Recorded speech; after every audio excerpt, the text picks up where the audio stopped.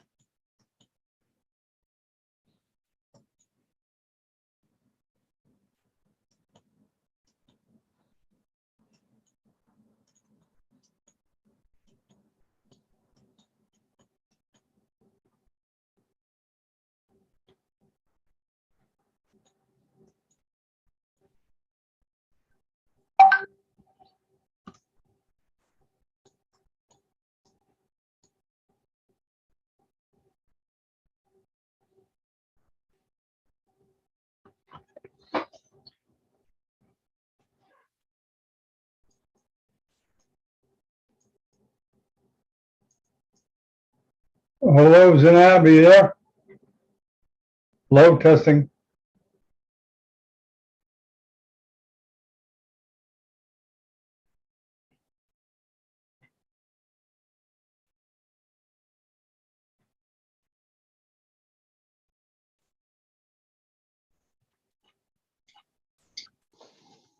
Sir? Hi, Zanab, how are you doing? Fine, thank you, sir. How are you? Welcome. Thank you, sir. We'll be starting in about 30 minutes. In 30 minutes. 30 minutes. Okay, sir. Then I think I will log out and then come back again. Yeah, okay, that's fine. Yes, I'm at the hospital. I'm trying to do rounds fast. Oh, okay. Mm-hmm. Okay, we'll be here. Okay, sir. Thank you so much. Okay.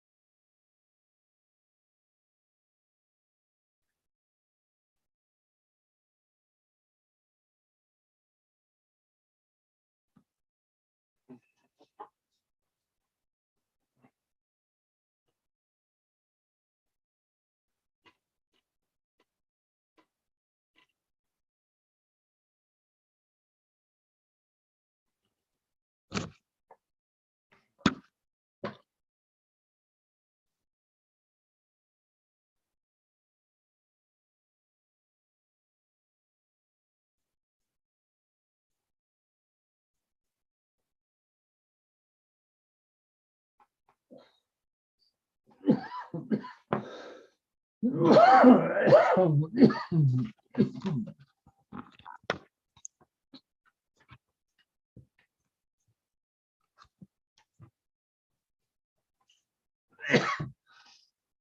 morning, Arshad.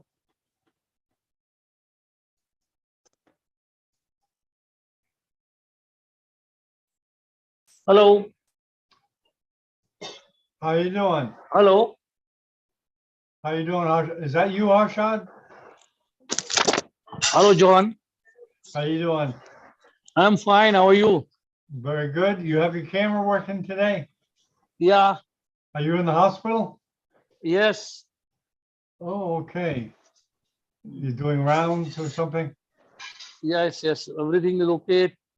Just finishing the work for a day. It's here Saturday evening now. Oh, okay. So you got your smartphone with you, right? Yeah. Yeah. I'm usually on smartphone only. I rarely go on a computer. Rarely. I'm never on. Really? You're pretty Yeah, agile. You're pretty agile. Very the agile, and I'm always moving out. Moment I see you, I log in. Well, it's not easy using a smartphone with this. You really got to know what you're doing. And some people, you know how to screen share and all that stuff from the smartphone? Yes. I can do that. Yeah. Anytime you want to put images up or you say, oh, I want to show you something, you're welcome to. Thank you.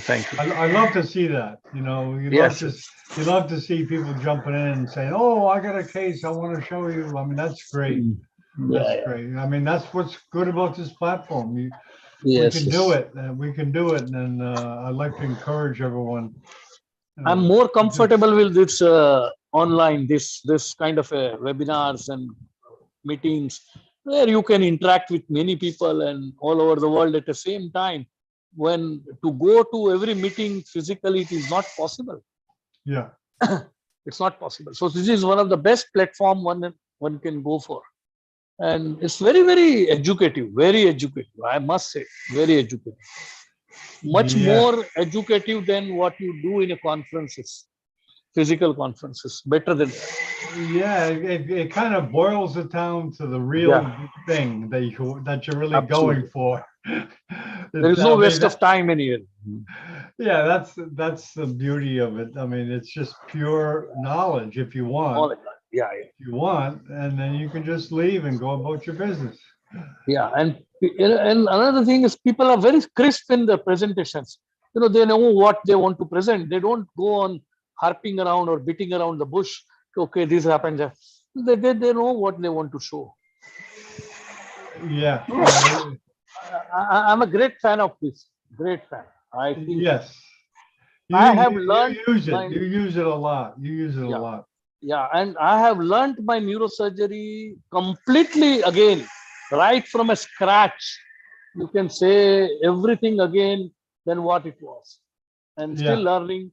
It is a great thing which has come now, and I don't know how much people are going to be committed to this online or on a Zoom or a neurosurgical TV. It's very important. You can't go everywhere in the world. You can't go. I can't go to Bogota or I can't go to Rio every time. And they are back-to-back conferences. But here I can attend anything, whatever it comes. So, well, it'll develop further because I think that it can be used better and become more interactive. I think right now people are still a little shy generally, and they'll keep quiet. They won't say anything, which is fine. They're always welcome. But I think people will get less hesitant to contribute as time goes on and as people get more comfortable with the platform. I know initially for me it was, the video thing that you got to kind of get over being shy because after all, it's medicine. I mean, you're not shy in medicine. You just, you just talk to your associates and you say, so certainly that I think it can translate onto the Zoom where people are a little more relaxed, a little more interactive, and that they network more. Atul, when he came back from Bogota and Rio, he went to both. He said people knew him that came up Yeah, to yeah, him and says yeah, they yeah. knew him because of Zoom. Zoom, Zoom. Yeah, he And said all kinds of people came up to him and says, "Oh yeah, I watch you on Zoom all the time." I just I just attended one webinar, ACNS, Asian Congress of Neurosurgery, and that was with the nursing staff. And Vinko Dolank was talking on his experience with the nursing staff, and the Andrea was talking, and Atul was there as a co-host. And wonderful to learn a lot of things about nursing, which we were not knowing. Many things which we cannot do it with the physical meetings or anything. And many things were discussed in that. And the Vinko Dolank was talking from his home, and he was so comfortable to talk and give his experiences, what the nursing staff means. So this is something we learn from masters, we learn from colleagues, we learn from everybody. So Well, something wonderful. I really want to get people like Dolan's online, Yeah, you know, because they have so much to teach. yeah. You know, I got to try to get them online Yes, it's more. getting more and more. See, we have hunger to listen to them. We are hungry. Okay, let Yeah. Dolan come. And Well, all you these know, people, Vladimir was there, all Mahmoud Qureshi was there, Atul Goel was there, Abida well, was there. And we feel fun to learn that, more of a learning. And very interesting. well, you've seen like Yuha, you've been to his presentations, right? Absolutely. I am a fan of Yuva. Oh He's a man, wonderful human. Wonderful. he is such a hero in China. Yeah. You know, I was talking to the Chinese neurosurgeons. Yeah. I haven't talked to him much. I try to, but well, we'll get to know him better. But anyways, they call him Yoda. Yoda, which No, is but he's superb. yeah, they Well knowledge, very worship good knowledge, well worship traveled, him. well met, well taught, and number of surgeries he has done. So simple in his approach, no complications, talking, everything. He is very easy going. This is how I do it, and this is how it should be done. Yeah, they loved him, and we did it for more than a year with Ben as Yeah. translator, as you Yeah, remember. I remember every Friday we used to do his lecture. Every Friday, and I remember practically every session I have attended and learned a lot from him. He is a master. Well, you There's know, he's made. I met him in Nepal. I was there for 3 months, Yeah. and I said to him one day, I said, "You let's go over your 1,200 videos and put commentary in them." And he said, "Are you kidding?" Even you, that was too much work for him. Because you know you got to overlay the commentary on the videos. Because I guess all those videos, have you seen them? They don't have audio. No, they don't have. Yeah, They they just don't have audio, but that's a monumental task to do that. superb. He's superb, and he's an encyclopedia of neurosurgery, according to me. We have to learn a lot from him. I heard Spetzler 10, 15 times, but I still feel I need to listen to him. I want to listen to Michael Lawton again, and we feel so great with their experiences. And well, you know, Harshad, you gotta go see his base camp presentations for residents. Because as you know, Michael's operated on Hollywood stars, and Holly, you know, that kind of thing. He's starting to produce like Hollywood his presentations. I mean, with the residents. I mean, in a good way. He really incorporates the different types of tech to bring in. You know, like really like television. It's not like us doing Zoom. You know, it's like watch them, the base camp. Very good teaching. He uses technology to the max as far wonderful as human. Wonderful. But you know, we'll learn that. I mean, it's tough, but he's got the help, obviously, the tech help, the help of you know, producing and quick editing. I don't think it's live. I don't think so. And I think I may have asked him that, but I think it's made and produced and put on almost pretty quickly. But check Yeah. it out, the base camp. Maybe I can screen share. Hold on. And show everybody here. Base camp. Base camp. Let me get Michael.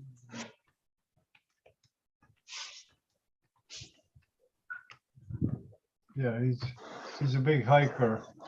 Hmm. Base camp. Okay. Here, look at the screen share here.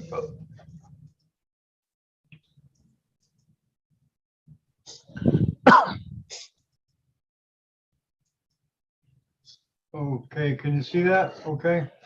Yeah, Barrow. Yeah. Yeah, he's at Barrows, as you know. But just go base camp, Barrows, Mhm. and these videos are very well produced. Okay. I got it now. I got it. Yeah. Barrow urological. Can you hear that at all? No, I can't hear, but I can see everything. Okay. Okay. Yeah. This you'll is get live it. now? And no, it's not live now. And I don't think it is live when it does. That must be recorded. Yeah, I think it's recorded. That particular one is for sure.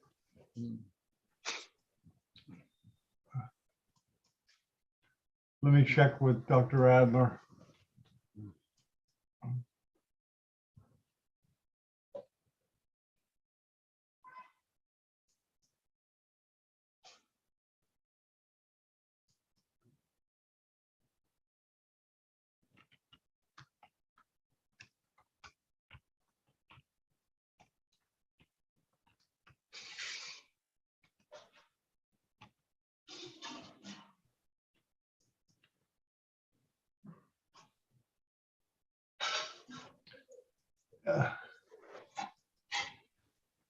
Yeah, Harshad, please help me with the questions, okay?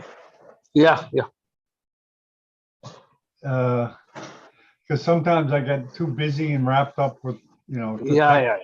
I'm not really listening sometimes, to be honest. Yeah. So I just wrote him a note saying,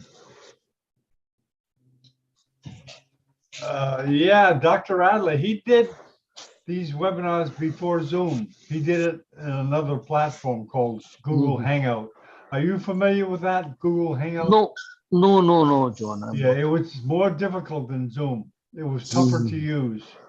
And it was a lot harder to get doctors to use it because when we approached them to give, for example, I was approaching you for a presentation, I'd say, Harshad, I'd like to do a Google Hangout, they would call, with you. And what's that? Of course, they say, what's that? Well, it's a video. It's like television. And it was so hard to explain. But now with Zoom, you don't have to explain anything. You just go just like Zoom or is Zoom. And a lot of people would not have learned Zoom if it were not for the pandemic, where they pretty well had to learn it. Everyone pretty well had to learn. Yes. And doctors will learn it if they have to. If they don't have to, they won't. They'll just do, what's necessary, which I can understand.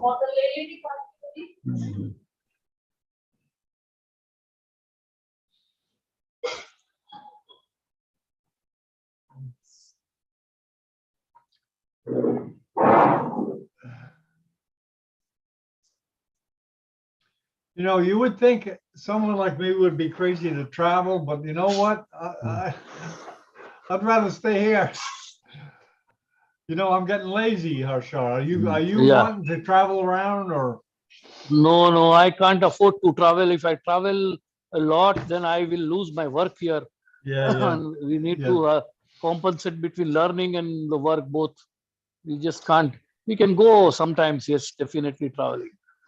Yeah, can't go in every month to meetings attend. Yeah, I had a chance to go to Mexico, but I really didn't want to go. I just did not want to go. I would rather watch it online and give my presentation online. So when are you going to start this? we're gonna start in a few minutes. John, Okay. oh, here's Victor. Yeah. I'm glad he's coming for support. You know, it's good to see you guys for support, you know. Because I know I can count on you guys Yes. to participate.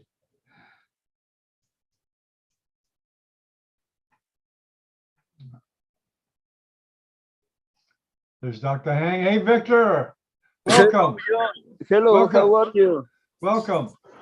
Hello, thanks, John Benny. Thank you so much. Just now, I am going to take a travel from Mexico City to Morelos, Cuernavaca. So Oh, I'm going to listen this interesting lecture. okay. So maybe I'm going to be muted. Oh, okay. Okay, welcome, Victor. And Hi, Victor. Morelos, hay un congreso allá. Is there a conference there or something? And next week, there is going to be a congress in Guanajuato, León, Guanajuato. Next weekend. Right. Dr. Fernando is. Yes, of course. Yes, that's right. Are you presenting there? Yes, I have 2 lectures for that time. 2 lectures. I'm going to speak about surgical anatomy of vasculature of spinal cord, and also anatomy of brain, an infant brain. Oh, you know, I wanted to televise it, but they didn't want to. So, Yes, I remember you were here in Mexico about 4 or 6 years when there was a congress in the Hospital Infantil in Mexico City. yes. I want to go back. I was in a neighborhood where they had good tacos. Hey, John. Hey, John. Good morning. Good morning. How are you doing? Good, thank you. Okay, very good. Okay, very good. Working hard, John? I'm just waking up. Oh, I'm sorry. Okay, John.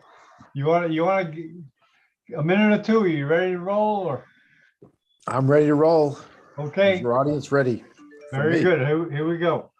Okay, 10, 9, 8, 7, 6, 5, 4, 3, 2, 1. Good morning. This is Dr. John Bennett for the Neurosurgical TV. We're interviewing John Adler, a real innovator, a gentleman that invented the cyber knife, and then he went about changing publication in mostly in neurosurgery, I believe, initially with Curious, an online publication company, and John's going to talk about that. And John's been with us for a while. He used to do Hangouts before Zoom. So that shows you that he's willing to try new stuff. Okay, anyways, welcome, John, and it's all yours. Hey, thank you, John, and delight to be here this morning and describe what we've been doing here with Curious here in Silicon Valley. So I've been a lifelong academic, as you know. You don't get to be a Stanford professor without contributing a fair amount to the medical literature. And in that process, I fell in love with the medical literature and totally dismayed and disappointed by how poorly it serves humanity today. And out of that kind of disgust rose Curious more than 10 years ago. And I'm excited to kind of give everybody an update and try to tell them why Curious is so different and invite people to use Curious in the future. So yeah, we're trying to not just disrupt, but literally blow up all traditional academic publishing. And my goal is in a few years to really dominate the medical journal world. And we've made a lot of progress, as you'll see, and invite all of you to pay attention here as we seek to eliminate barriers to the generation, curation, and dissemination of medical knowledge, especially neurosurgical medical knowledge. So the importance of journals in today's world cannot be overestimated. I mean, the role of most storied journals, Lancet, JAMA, New England Journal of Medicine, in making and guiding the most significant social decisions in the world today is just fact. We've all lived through this period of COVID, and none of the major public health decision making was done without documented evidence published in journals. Journals have driven so much of modern decision making. And there's a reason for that. I mean, peer review is timeless. The notion of discerning truth, not just by virtue of someone throwing it up and putting it on paper or publishing online, but by passing through a filter of peer review, leads to a much better capacity to find truth than any other process that we currently have in the world today. And that's why people trust journals, for good reason. And so we believe, and I've always believed in journals, I've always believed in peer review. It's just that what's happened to journals is that they've gotten so caught up, entrapped by more than just the peer review process. And it's really been an inhibition to the generation and dissemination of medical knowledge today. So, so what's wrong? Well, you know, there's a lot of things wrong with the journal world. It has really become a domain of the elites. It is disproportionately, not always, but disproportionately, 1% of the practicing physicians in the world communicating with one another. It's disproportionately Harvard speaking to UCSF, speaking to UCLA, you know, speaking to Emory, and Oxford and Cambridge, and half the University of Tokyo, and sure, there is the modern journal world serves the wealthiest and most connected and most prestigious institutions well. In fact, that's probably its primary reason for existence in many respects. And out of that, it makes lots of money along the way. It doesn't just keep this knowledge among themselves, but if you want to tap into this knowledge, it's going to cost a lot of money. The academic journals have some of the highest profit margins of any business in the world today. I mean, their profit margins are even greater than Facebook, which is arguably the best set of profit engine in the world. So these are not only inefficient, but extremely profitable. And they really serve, again, the domain of the wealthy. And even the wealthy are finding they're having trouble paying for these journals today. Harvard and Stanford, they pay, close to $10 million a piece. These are expensive kind of services for even wealthy universities to afford, much less the common man, the common physician in the world today. So the process by which journals peer review, while it has implemented internet practices, it's foundationally no different than it was, 100 years ago, except we've replaced snail mail with internet and browser-based tools. It is unfortunately an impediment to the faster dissemination of medical knowledge. And we've seen the value of faster medical knowledge generation and dissemination in the last couple of years in and around COVID. And then lastly, the journals are obsessed with status, obsessed. This impact factor concept is truly an obsession because they have built brands that they cherish more than the knowledge within. So journals believe that they create knowledge, that they're responsible for this knowledge, not the authors themselves. And the sad reality is that there's a competition to be more and more prestigious, get a higher and higher impact factor. And what that means is oftentimes ignoring very important science. So in New England Journal of Medicine, they describe some of the most important discoveries that were reported in the New England Journal of Medicine over the years. And sadly, some of the most important observations they made would never be published today. For example, anesthesia. The idea of anesthesia being first done at Mass General, being reported in New England Journal of Medicine, would not be published today because it was a clinical antidote. It wouldn't have passed through their litmus test of being a randomized blinded clinical trial. Moreover, there's a range of other just clinical observations, and I'm going to point to others that would not be published today in current medical journals, that in hindsight, we look at as being some of the most foundational developments in healthcare over the last 2 centuries. This is a case in point. This is MIS2. MIS2 is a product of observational medicine over generations. And she was the one that basically discovered statins and also discovered some, I think, the schistosomiasis drugs. So, and she did this very systematically, but not in a way that would ever excite big journals. And yet today, we all say, oh, she's a genius, as she wins the Nobel Prize. So sadly, journals are unable, because of their arcane processes, able to recognize genius. They're more able to recognize the conventional wisdom of the elites. And I believe that there is a wisdom in the crowd, a wisdom in the democratization of medical knowledge. And certainly MIS2's Nobel laureate, Nobel Prize, demonstrates how just collectively there is a wisdom among the masses of physicians and researchers. So Curious is set out to be something very, very different. We're a next generation medical journal. And that means a lot of things to a lot of people.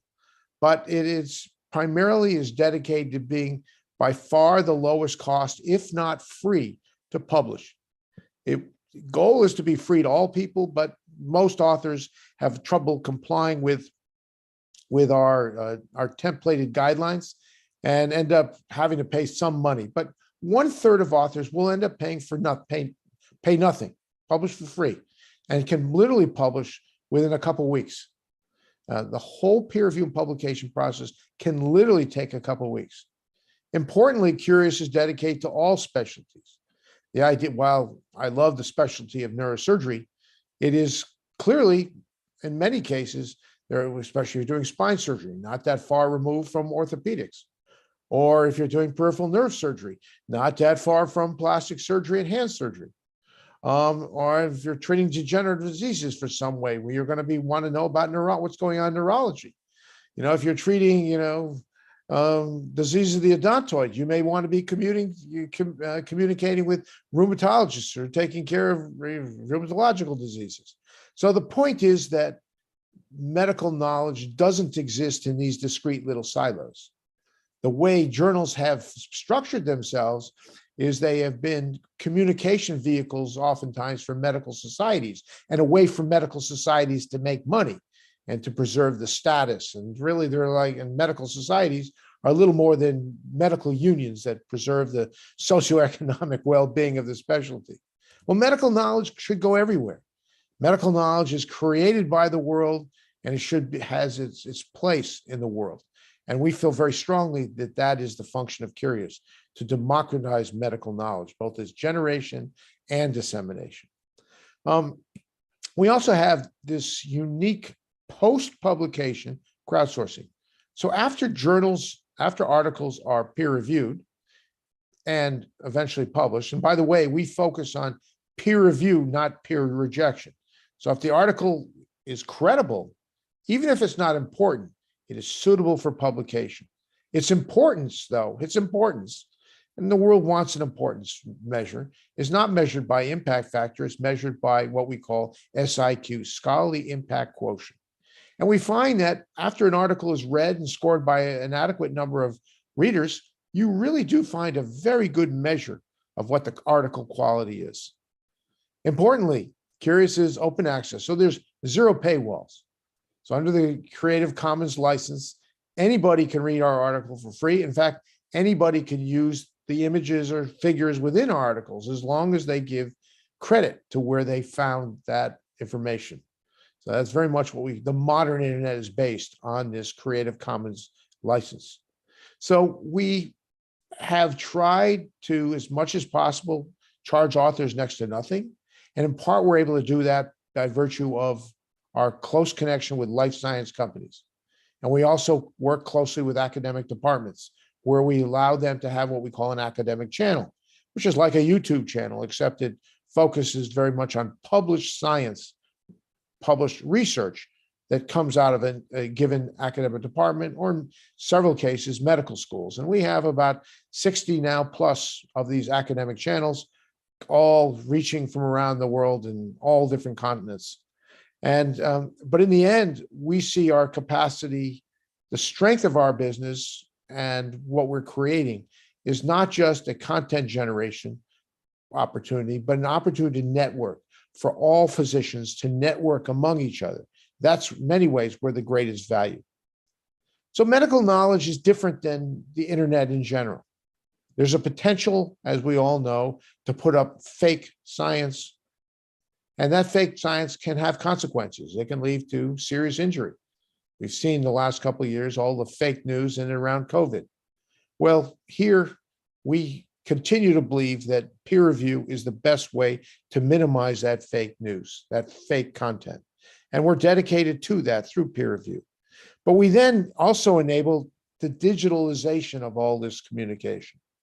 As you'll find, our process for publishing embodies some of the coolest technologies that we know of in the internet today.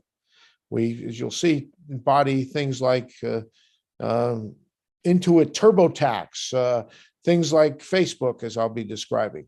So we take the best of digital internet technologies and merge them with the publication process. And of course, we're in Silicon Valley, so that's kind of almost is first nature. And we've done this to make it as affordable as possible. Even if you're one of the people at Curious that must pay to publish your article because you can't comply by yourself with the standards, editorial standards, the formatting standards, you still pay only 10% of what it would cost to publish in a Frontiers article. So even if you have to pay, it's highly affordable. And after a few times, generally you can do this by yourself and you don't have to pay at all. So highly affordable by virtue of all the technology we've incorporated in this platform. So technology makes it affordable and also makes it faster. As I said, we commonly publish in just a few weeks, as most journals, a few months, if not more. And then lastly, we make this content available to the world. And several of our articles are approaching 1 million reads, 1 million reads. That doesn't happen in any medical journal today. But when the topic is interesting enough, our ability to distribute that content is unparalleled, and we reach a very large audience. So this is how we're eliminating barriers to the generation, curation, and dissemination of medical knowledge. So again, authors are published through a very sophisticated internet platform that is template driven, and literally by answering a few questions, pulling down a few menus and clicking on a few buttons, then of course, taking some content that you've written in a Microsoft Word document or something similar, one can literally in 15 minutes stitch together a very nice looking HTML page. And we even have reference checkers that help you get the right references. We have spell checkers that help you with their spelling. We can't do everything for you, but we can do a lot of the fundamentals of writing a good article. And if you're conscientious enough, almost every author can write a good article and publish for free.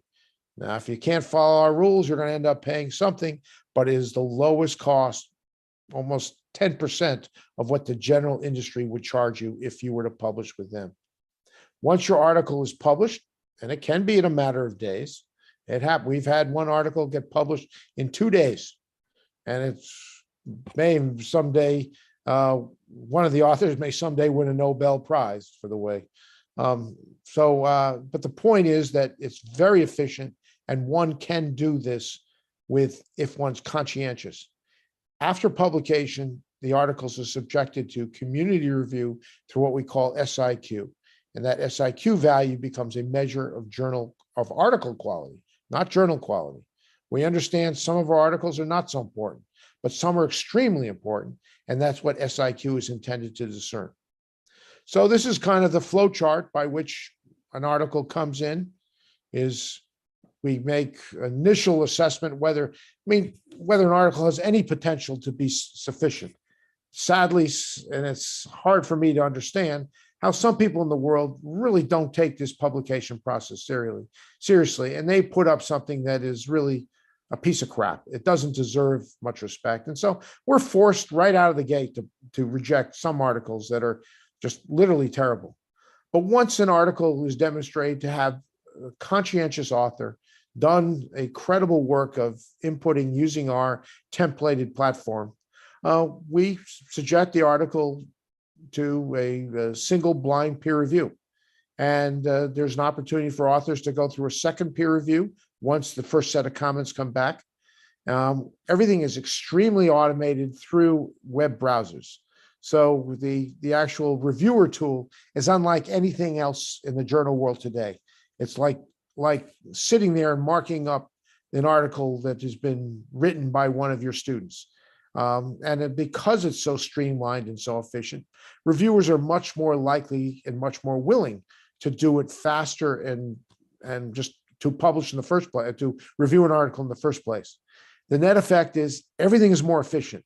And when everything is more efficient, an author remembers what's been going on, doesn't have to go back retrieve primary sources that they once had. So the entire publication process, by being faster, feeds on itself and gets faster and faster and faster. And truly, my goal is to make this whole publication process literally someday in just a few hours. There's no reason it has to take as long as it does today. Now, we understand that sometimes reviewers are not available. Okay. So we have a process by which we invite more reviewers. And so only those reviewers that are available need to do it. And that process leads to faster publication process, but also helps us generate a larger and larger community. And it is the size of the community, the network effect, that we think is something very special that we have here. Now, I mentioned SIQ, and I'm going to just say it again. It is a tool for building community engagement, but it's a tool for understanding article quality. We're deep into getting our own impact factor. We have an unofficial impact factor, about 1 today. We're expecting to get an official impact factor in the next year or two, having gone through, we're in Clarivate's kind of advanced journal category where we're weighting that impact factor. But impact factor is only a reflection of the importance of the journal, or so-called importance of the journal, but it doesn't reflect the importance of the article. And SIQ does that. Readers are invited to score the article on a range of different measures. And collectively, we put together a score that we refer to as SIQ, Scholarly Impact Quotient. And the idea is that there's a wisdom in the crowd. There's a well-known psychology experiment where you take a big jar and you fill it with marbles or some candy or something. And then you ask 1 or 2 people to estimate how many pieces of candy or marbles are in the jar. And you get widely disparate numbers. But if you actually ask 50, 100, or 200 people, how many marbles are in that jar, you actually end up getting something that is very close to the truth. And it really refers to what we call the wisdom of the crowd, that with sufficient numbers, large enough people, biases offset each other, and you end up getting something very close to truth. And that's something we feel we're achieving with SIQ. So once published, the world will discover your article inside Curious by virtue of its open access standards, by virtue of the Creative Commons license. We don't worry about copyright. The world has access to your article. And it opens up huge potential. As I commented, we are reaching hundreds of thousands of reads in many articles, and a few articles approaching even 1 million reads. That doesn't happen in any other journal. As you'll see, we are across a hybrid between a social media platform and a medical journal. We're proud of that because we think the scale we reach allows us to reach, as you'll see, readers far beyond anything that people are doing today. Now, many of you don't realize this, but the world is trying to move away from the traditional journals you so know, the Elsevier journals, the Nature, the Science, which charge readers, which charge libraries for their copyright, access to their copyright. more and more, whether it be the European Union, whether it be the Gates Foundation, have endorsed the country of China have endorsed what's called Plan S. The idea is that all published articles should be open to the world, that by virtue of virtually a human right, we individuals, humanity, have helped create this science. Do we not have a right to the science that we have created, whether it be through our taxes or whether it be as patients participating in clinical trials? So the world is moving towards open access, and Curious represents by far the lowest cost, most widely distributed open access platform in the world today. How do we keep the cost so low? It's really the technology and the processes that we've incorporated in Curious. Many people outside the United States may never heard of TurboTax, but American tax system is one of the most complex, and it is the most complex tax system in the world today. And a lot of people have gotten rich doing people's taxes. Well, then along came TurboTax, and it is a way of online posing specific questions to a taxpayer. And by answering these questions, you can fill out even the most sophisticated taxes today. So it's template driven, as is the Curious publication model. You answer the questions, you fill in a few boxes, and you publish an article as well as an HTML page. And you do it because you've done it yourself, our cost can be so low. Moreover, we have a big team of copy editors around the world who jump on and off and do this, when they have the time, when they're available.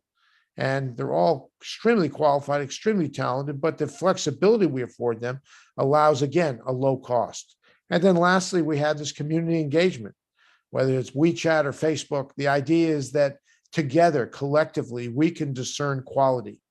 And that curation of medical knowledge, we think, is unique and has really helped authors and help the community find the content they want.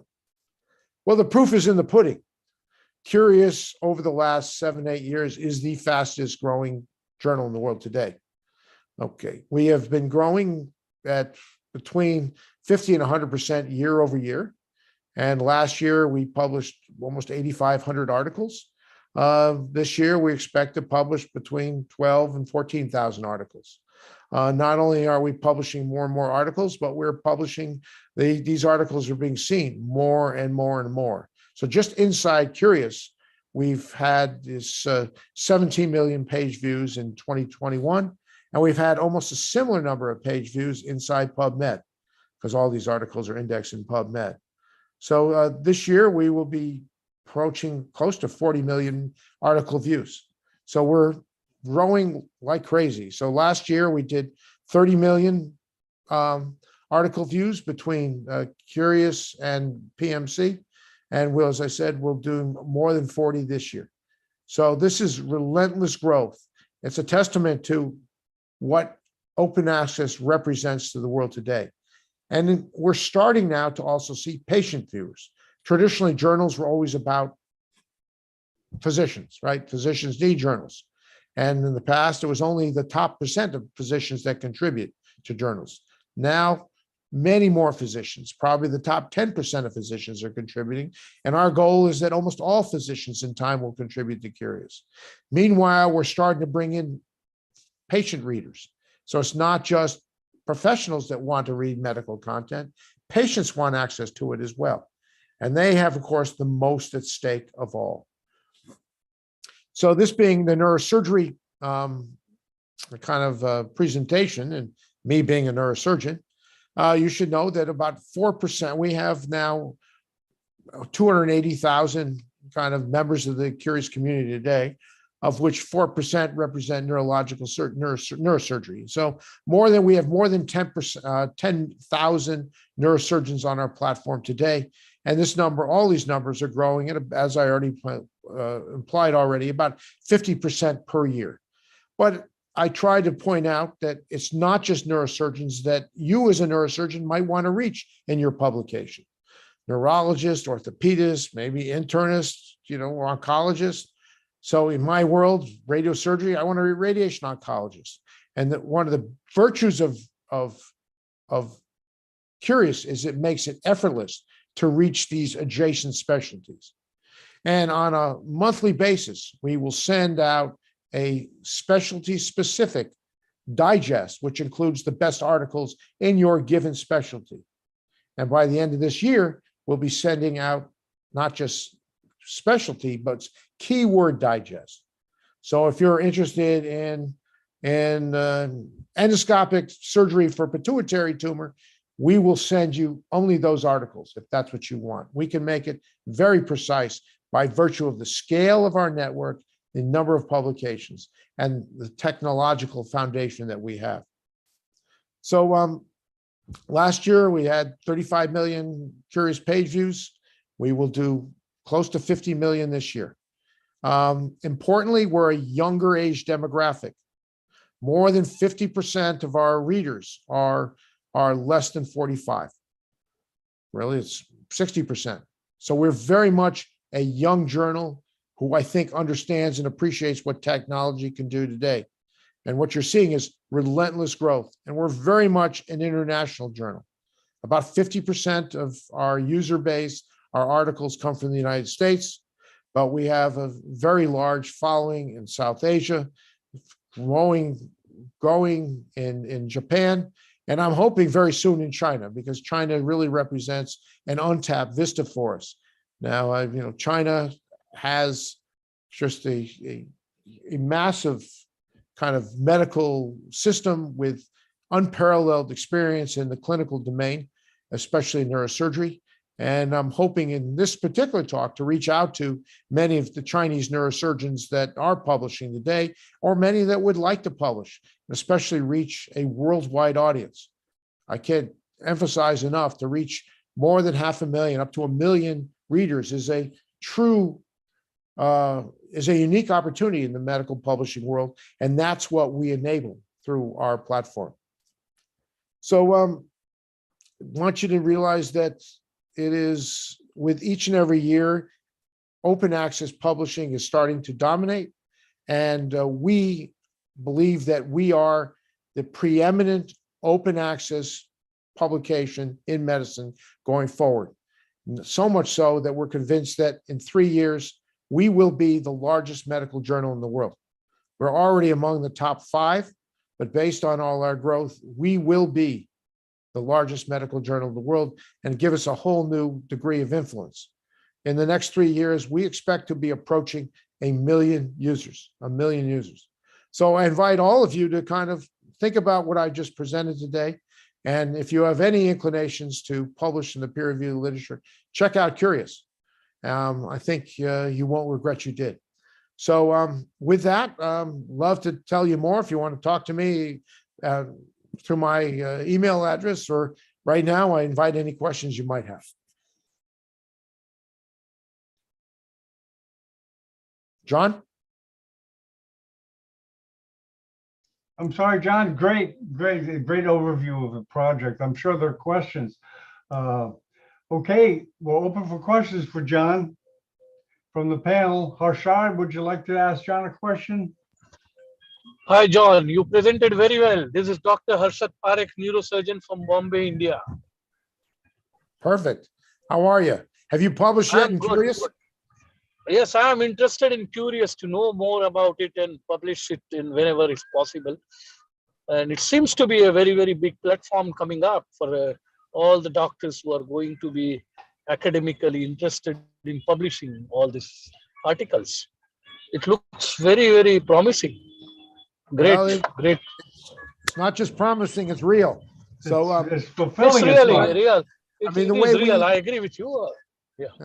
So the way we physicians communicate with each other is journals. And we, Journals, yes. right? If you just talk about, you throw something on LinkedIn or Facebook, it's interesting, but most of us are skeptical of it until it's undergone peer review. And so the virtue of what we're trying to do is merge social networks and the peer review process and create something special, something unique.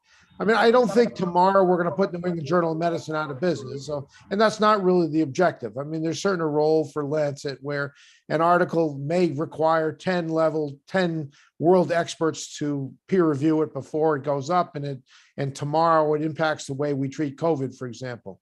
But 99% of medical knowledge is not of that character. And as you know, neurosurgery is filled with what I refer to as a lot of small science. I mean, what makes a great operation isn't one or two things. It's literally hundreds of little things, little tricks that you as a surgeon have learned over the years and stitched together. And we want to document what we refer to as small science, because out of small science comes great medicine. And we're convinced of that today. And we're not alone. If you think about anesthesia, as I go back to the New England Journal of Medicine, Mass General, it was the great discovery of a dentist in Hartford, Connecticut that transformed surgery. And yet Mass General and New England Journal of Medicine take all the credit. Yeah, you know, John, accessibility. Excellent, excellent. Yeah, accessibility is such a big factor with the internet, and the internet makes accessibility so much better. You're essentially changing the status quo for the last 10 years. And you did that kind of with this, I was kind of curious. You invented the cyberknife, right? Yeah, yes. Yeah. What was it like? You had to do the same thing, essentially. You had to kind of educate people about what the cyberknife is. Is this kind of similar in a way, kind of educating people how they can publish online? Is it similar to the cyberknife? It's always this way with disruptive technologies, you know, and what Gandhi said, you know, first they ignore you, then they laugh at you, then they fight you, and then you win. And so it's, you know, it's always this way with progress. And you know, I think that it's been a long haul, but now we're winning. And so it's, I mean, the trajectory of Curious is clear. And I'm, you know, unrepentant. We will be the largest medical journal. And so welcome to it. And I'd like you to learn to use it and get your way around it. And if you can really follow our rules closely, you get to publish for free. What's better than that? And reach a very large audience. So that's my goal today, and especially here in the neurosurgery domain. And of course, I'm now also doing the ZapX, and the ZapX is a next generation neurosurgery product. But there too, you find resistance. I find resistance from even my cyberknife people. You know, so I created the monster that's going to destroy my original child or whatever. But that's progress, right? If you're not willing to see if the ideas of the past replaced with new ideas, you're not really embracing progress. I guess gone are the days where you Xerox articles and pass it around. Now you can just look at it on your smartphone. It's so accessible. Everything is so accessible, which is great. Okay, Yeah, hey, Victor, go ahead, John. Sorry. Yeah, it's about 30 to 40% of our articles are read on a smartphone. Yeah, it's such a great tool. Whoever thought that day would arrive. Victor, welcome. Victor's a neuroanatomist from Mexico. Victor, do you like to make a comment? Yes, hello, John Bennett. Hello, Victor. Hello, everybody. Yes, I am a brain surgeon from Mexico City. So thank you so much for your interesting lecture. So I think when we are going to write an article, I speak by myself. I think that we want to make a good or a very good article. For example, I wrote an article 2 years ago about the vasculature of the spinal cord, and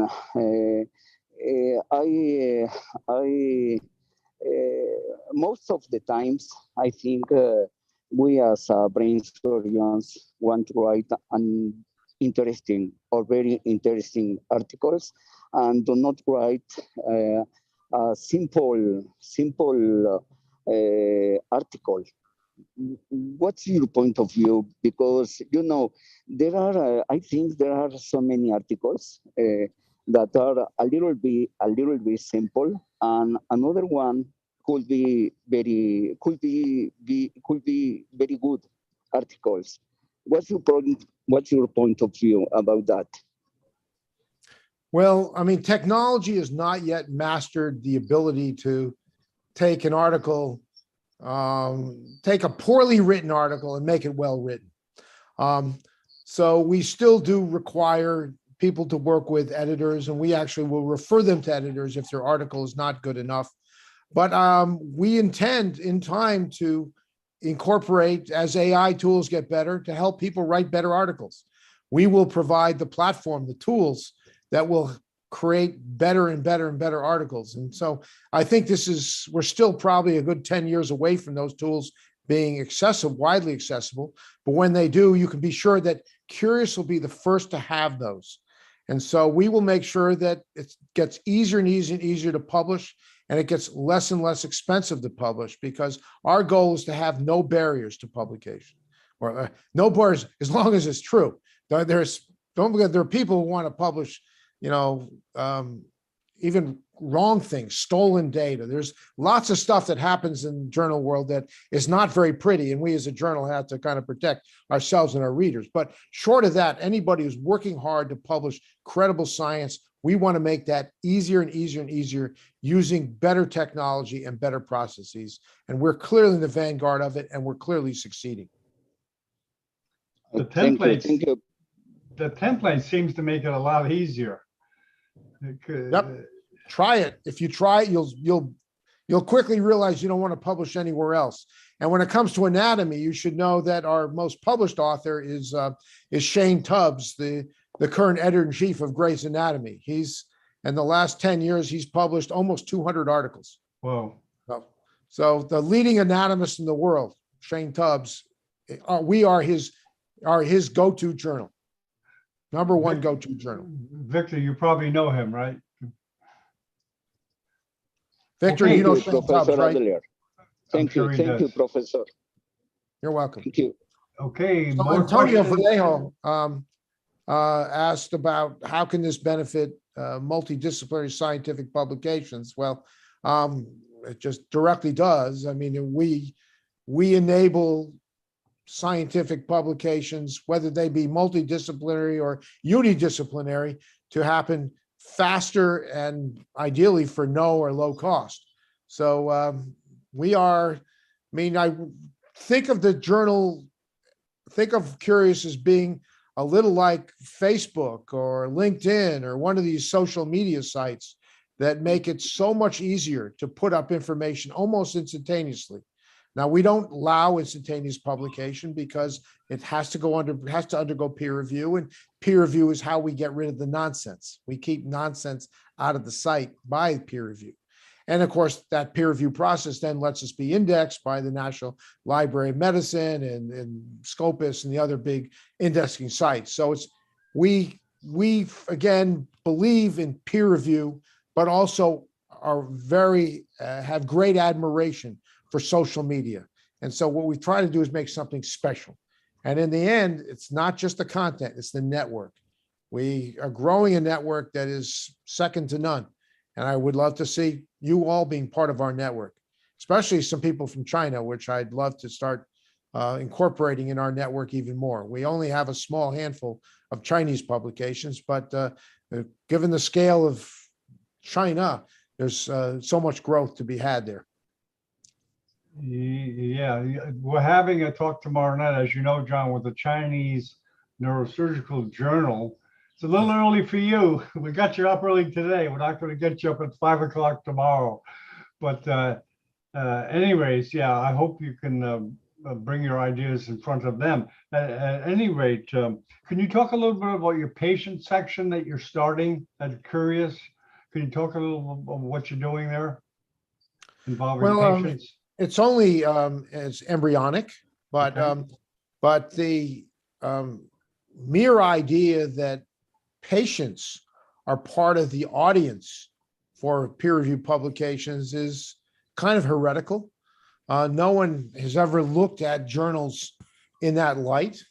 However, I can tell you in my clinical practice over the years, some of my most sophisticated patients always brought medical journals in, always brought peer-reviewed articles into my clinic and would, question me through peer-reviewed articles in front of them, which I was most amused by, but I enjoyed it. In some way, it was an interesting way to have to justify my recommendations, using the peer-reviewed literature. So I think the number of patients who do that is very small, probably just a 1 or 2%, but that's in large part because articles have been written in a way that makes it very hard for most patients to understand. We use very arcane language, we use lots of abbreviations, and we don't do a good job of explaining ourselves in our articles because we assume that only our colleagues are reading them. But I think as we open up the journal world more and more, and we're seeing a little of this, our authors are starting to write in a more digestible manner, believing that there will be readers that are less sophisticated than their colleagues. And where we're seeing a little bit of this really catch fire is in the cosmetic surgery domain, where plastic surgeons want to demonstrate their capabilities, not just to colleagues, they really want to demonstrate it to patients. And so they're going out of their way to make this stuff very understandable. And then lastly, we have something called a patient-reported outcomes section, which we have not really driven to the extent it should be. But if you look at enough curious articles, you'll see some of these. And this is where a scientific publication is accompanied by a patient reporting their own clinical experience with a given procedure or drug. So this is a chance for not only physicians to tell the story of why something works or doesn't work, but a way in parallel for the patients to tell what they experienced in getting that treatment. We refer to as a patient-reported outcome. And Curious does enable that, but to date, we've not driven it. And I think you'll see this will start to light a fire under this particular category of publication in the years to come, because patients are kind of interested in what doctors have to say about a procedure, but oftentimes they're even more interested in what other fellow patients have to say. And when that has undergone peer review, then it really has a measure of truth that is unparalleled in the publication industry. I didn't expect to hear about that today, and that's nice. Gyang Bot, we have a question from Gyang Bot. Go ahead, Gyang. Thank you very much for the lecture. I've been interested. Nigerian neurosurgeon. I was opportune to be in the AANS meeting in Tel Aviv in 2013, where authors, journal editors were presenting. And in child nervous system, about 10% was coming from Africa. And in actor neurochirurgia, about 1%. I was also privileged to be in CNS conference in 2015, and it was very painful to me, and it almost brought me to tears when the editor of the Journal of Neurosurgery was presenting, journals coming from all over, and he presented it in a map. And the whole of Africa was almost gray because most of where the articles were coming were in red. The whole of Africa except maybe Egypt and maybe a dot in South Africa. So I would like to ask, because some of the things we cannot present are very modern things, because some of our things are still basic. What would be your advice to authors from Africa in terms of encouraging them? And also, how frequent are these publications? Because I know some of the journals would come, once in a month or thereabouts. So I would be glad to hear from you about Africa and how you would want to encourage Africans, and what if you have other things. Thank you, sir. Well, a great comment and wonderful question. You're right. Africa is underrepresented in medical journals in general. And it is underrepresented in Curious, but we publish a fair number of African authors, many from Nigeria, more from Northern Africa, and South Africa as well. But certainly you'll find that the author base of Curious is more diverse than just about any other journal you'll ever meet. I don't know the exact number of countries represented, but it's like 150 different countries have been published in Curious. So I invite you to do it, in part because you'll find we're utterly open to African authors. We don't require that the work that is published has to be done in world-class expensive laboratories that only Harvard and Stanford can afford. There are, as you heard me say, we believe that there are humble observations that come out of practicing physicians that have world transformational ideas. And I like to talk, and many times when I talk about Curious, I like to talk about HIV. I like to talk about the fact that HIV festered as a disease in Africa for 2 generations. I don't know, the exact timing is not clear, but 50, 60, 70 years or something like that.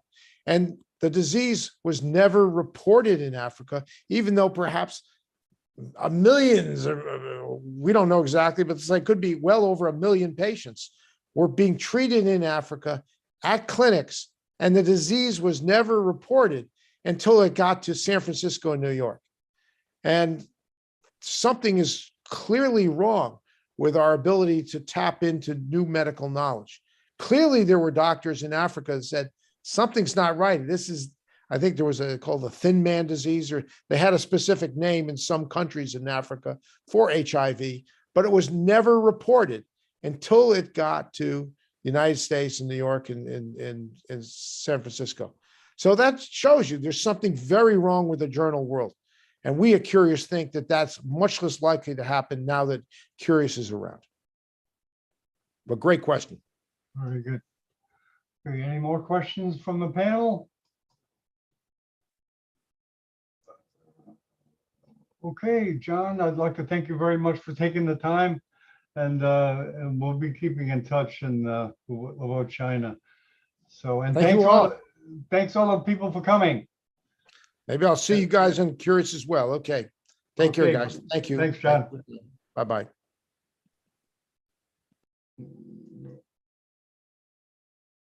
Okay, Victor, it's on Camion.